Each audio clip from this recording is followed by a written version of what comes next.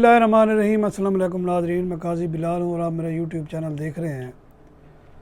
जितनी तौहीन अदालत इस वक्त हो रही है और हुकूमत की तरफ से हो रही है वो शायद तारीख़ में कभी आपको ना मिले।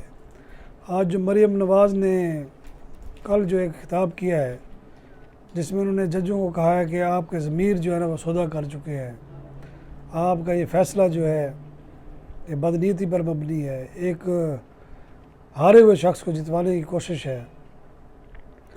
अब इस हद तक ये सियासतदान आ चुके हैं।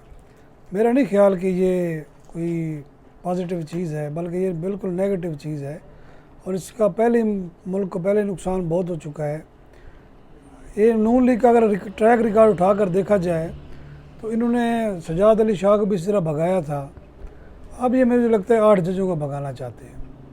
पहले 6 जज इस्लामाबाद हाई कोर्ट के जो है उनका केस चल रहा है, जिनको एजेंसियाँ तंग कर रही थी, उस पर तो ये हुकूमत बिल्कुल खामोश होकर बैठी रही। और हालांकि ये इंतज़ामिया का काम होता है, अटार्नी जनरल वो ब्रीफ करते, लेकिन उस पर भी अता तारड़ जैसे लोग वो कहने लग गए जनाब कि ये इन्होंने मकान लिया, किसी ने कहा जनाब कि इनकी शहरियत प्रोपेगेंडा।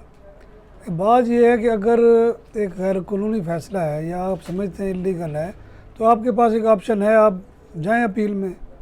और मज़े की बात देखें, इनकी भोखलाहट देखें कि अभी तफसीली फ़ैसला आया नहीं है, अपील पहले दायर कर दी गई है। ये इनकी मेंटालिटी है।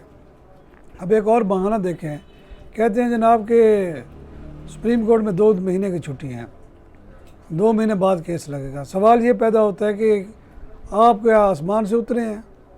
सुप्रीम कोर्ट में 2 महीने की छुट्टियाँ हैं, हाई कोर्ट में 1 महीने की छुट्टी, वहाँ भी मेरे ख्याल 2 महीने की छुट्टी हैं, लोअर जुडिशरी में अगस्त में 1 महीने की छुट्टी हो जाएंगी। ये छुट्टियाँ क्यों होती हैं, क्या वजह है इसकी? ये किसी ने पूछा है, इसको किसी ने नोटिस लिया है? इन 2 महीनों में लोग क्या करेंगे? अब हुकूमत को बड़ी तकलीफ़ हो रही है कि जनाब जज अवेलेबल नहीं है। आम बंदे का एहसास है नहीं इनको। अगर इनको एहसास हो तो ये छुट्टियों पर कोई कानून साजी करें, इनकी छुट्टियां जो हैं जजों की कम करें ताकि लोगों को इंसाफ मिले। इंसाफ की हालत ये है कि अब हुक्मरान रो रहे हैं कि इंसाफ नहीं मिल रहा। पहले पीटीआई रो रही थी कि हमारे साथ ज़्यादती हो रही है, इंसाफ नहीं मिल रहा। अगर इंसाफ, हमारे उस्ताद कहते थे कि इंसाफ जो है ना वो चेहरे देख कर मिलता है, ये भी यहाँ भी यही कुछ हो रहा है। अब एक केस चला पीटीआई का, वो जनाब सुन्नी इत्तेहाद कौंसल और ये सारे मिल के जनाब एक इलेक्शन लड़े। बात ये है कि आपने एक हुकूमत हटाई, ठीक है, उसका रिएक्शन आना था, वो आया। अच्छा, उस रिएक्शन को बढ़ा चढ़ा कर पेश किया गया। 9 मई आ गई जनाब, तोड़ फोड़ जिसने भी की है, ज़्यादती की है, उसको फ़ौजी तनसीबात पर या इन पर हमला नहीं करना चाहिए, लेकिन इस पर भी बैठ के सोचें कि ये नौबत क्यों आती है, आखिर ये क्यों इस तरह लोग मजबूर हो जाते हैं कि जनाब वो आपके गले पड़ने लग जाते हैं। इसकी भी कई वजूहात हैं। वो ये हैं कि इंसाफ जो है या हुकूमत एक चल रही हो उसको चलने नहीं दिया जाता। आप अयूब खान से लेकर अभी तक देख लें, कोई हुकूमत ऐसी हो जिसमें आप कहें जनाब कि सियासी तौर पर इसको हटाया गया या इसको जनाब करप्शन की वजह से हटाया गया, नहीं। पीछे आप मुड़ कर देखें, इस्टेब्लिशमेंट का हाथ होता है हुकूमत बनाने में और हुकूमत को हटाने में। और जब मुल्क पर मुसीबत आती है तो ये पीछे हट जाते हैं और जनाब सियासतदानों को रगड़ा दे देते हैं।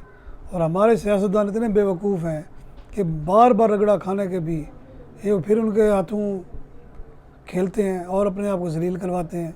अभी क्या जलालत हो रही है, एक केस चला, सुप्रीम कोर्ट में गया, फुल कोर्ट बन गया, फ़ैसला हुआ।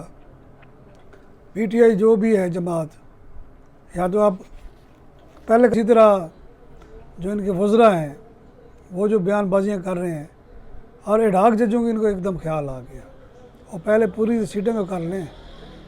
पंजाब में कितने हैं, सिंध में कितने जजों की सीटें खाली पड़ी हैं। अब इसको इस तरह काउंटर करने के लिए 3 इन्होंने अब रास्ते रख लिए हैं जो हमारे ज़राए बता रहे हैं।